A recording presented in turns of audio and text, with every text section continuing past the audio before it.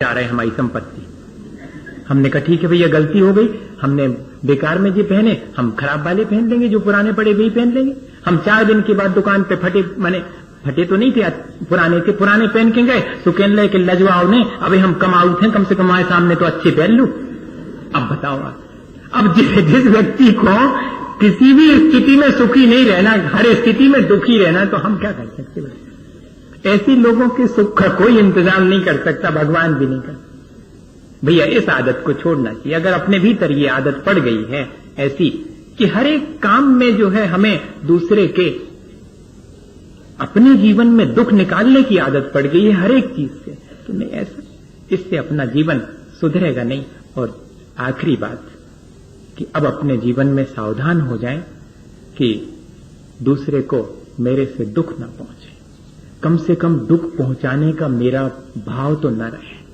हो सकता है मैं सुबह से शाम तक उठूं बैठूं, आऊं जाऊं, बोलूं खाऊं, मेरे नहीं चाहते हुए भी दुख पहुंच सकता है, पर मैं चाहा नहीं कि किसी को दुख पहुंचे। मेरी मानसिकता तो कम से कम मैं ऐसी ना रखूं कि किसी को दुख पहुंचे। और फिर इतना ही नहीं, मैं अपनी क्रियाओं को भी जरा विचार करूं। ऐसा ना हो कि मैं भले ही दुख देने का विचार नहीं करता, लेकिन मेरी क्रियाएं जरा अव्यवस्थित हैं तो उनसे दुख पहुंचता है, तो मुझे अपनी क्रियाओं को भी व्यवस्थित करना है। मेरा भाव तो खराब नहीं है, लेकिन मेरी वाणी सुनकर के दूसरे को क्षोभ उत्पन्न होता है, दुख होता है, तो मैं जरा अपनी वाणी पर नियंत्रण कर दूं।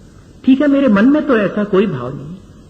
कई बार ऐसा हो सकता है कि मन में भाव ना हो और वाणी से कोई चीज ऐसी निकल जाए, तो बाद में हम अपने को संभाल सकते हैं कि भैया मेरा आशय ऐसा नहीं था।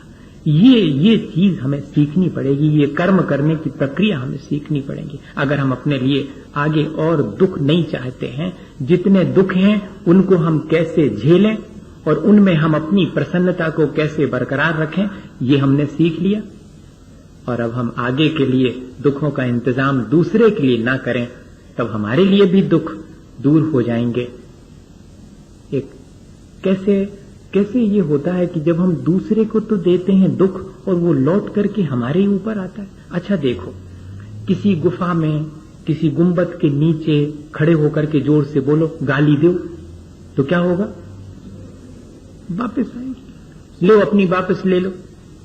ये संसार भी इसी तरह की प्रतिध्वनियों का संसार है, जिसमें हमारी ही ध्वनि लौट करके हम तक आती है। यहां हम जो फेंकते हैं वो हम तक वापस लौट करके आता है। ये सावधानी हमारी है कि हम देख करके और कार्य करें। कैसे? एक उदाहरण है। सबके जीवन में ऐसा घटित होता, किसी के जीवन में तुरंत होता। असल में क्या है ना, मुश्किल ये है कि ये कर्मों का फल जो है वो पूरा का पूरा अगर तुरंत ही मिल जाता तो लोगों की समझ में आ जाता, लेकिन ये थोड़ा बहुत तुरंत मिलता है, बाद में मिलता है, तब तक हम भूल चुकते हैं कि जी कौन सी चीज का फल आवे तो हमने कच्चू नहीं करो, और जो एक और मुसीबत आ गई। हम अच्छे चले जा रहे और जब मुसीबत आ गई। ये असल में तुरंत के तुरंत मिलकर के हिसाब चुकता हो जाता तो भी था, लेकिन ऐसा नहीं है। इसके आफ्टर इफेक्ट्स बहुत होते हैं, दूरगामी परिणाम बहुत होते हैं जो हम एक क्षण में करते हैं। वो कहते हैं ना कि तवारीखों के वे मंजर भी हमने देखे हैं, जब लम्हों ने खता की और सदियों ने सदा पाई। एक क्षण को हम चूके थे और कई दिनों तक हमें उसका पनिशमेंट, उसका फल भोगना। ऐसी स्थिति हमारे साथ बन जाती है, इसलिए बहुत सावधानी की आवश्यकता। किसी के जीवन में तो तुरंत रिटर्न होके आता है। उसका उदाहरण है एक व्यक्ति, ये माने सच्ची घटना है। एक व्यक्ति ने अपने बेटे की शादी में बेटी वालों को इतना अधिक परेशान किया, इतनी तकलीफ पहुंचाई कि जो देखने वाले सज्जन पुरुष थे उनको भी अच्छा नहीं लगा कि भाई ये तो ठीक नहीं।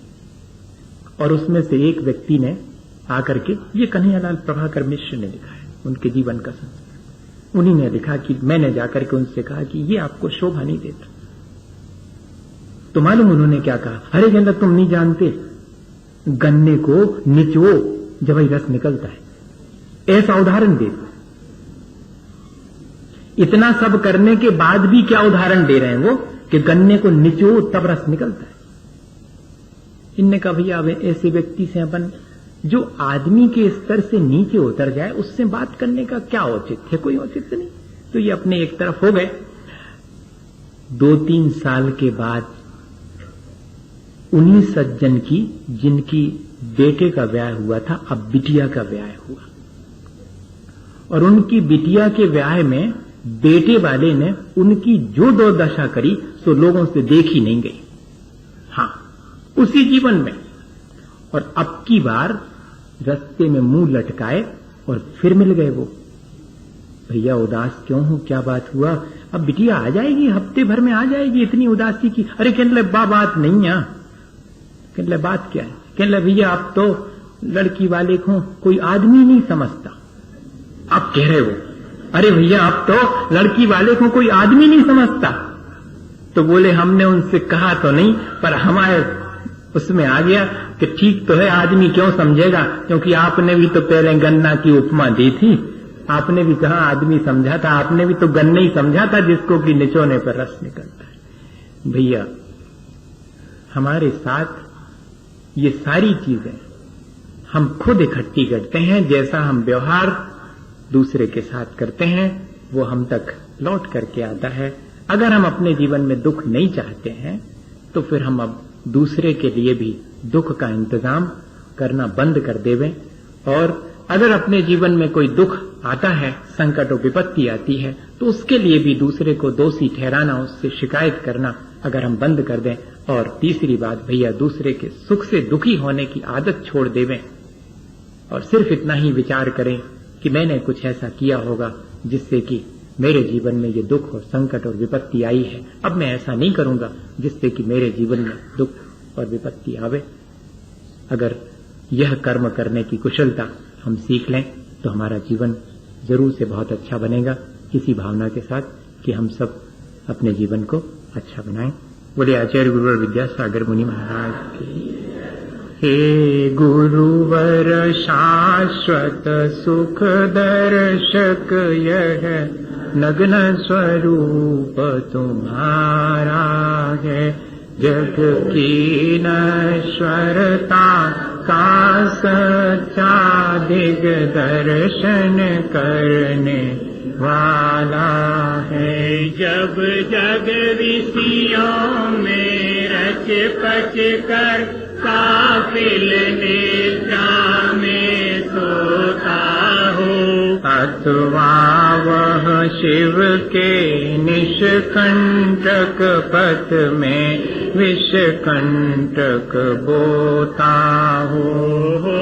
आज निशा का सन्नाटा वन में वनचारी चरते हो, तब शांत निराकुल मानस तुम तत्वों का चिंतन करते हो।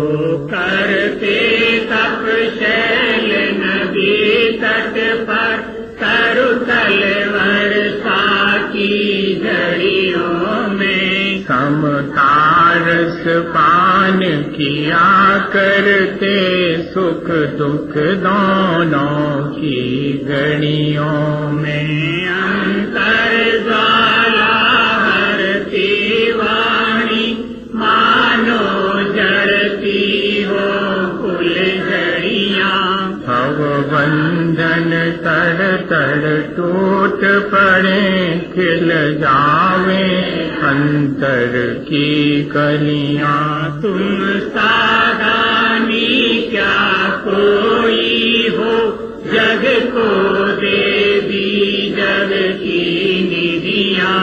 दिन रात लुटाया करते हो, शम शम की अविनश्वर मणियाँ। हे निर्मल देव तुम्हें प्रणाम, हे ज्ञान दीप आदम प्रणाम। हे शांति त्याग के मूर्तिमान शिवपत पंथी गुरुवर प्रणाम। मिथ्यातम नाश रेखु ज्ञान के प्रकाश रेखु, आपा पर भाष रेखु भानु की बखानी है। समुद्र ज्ञान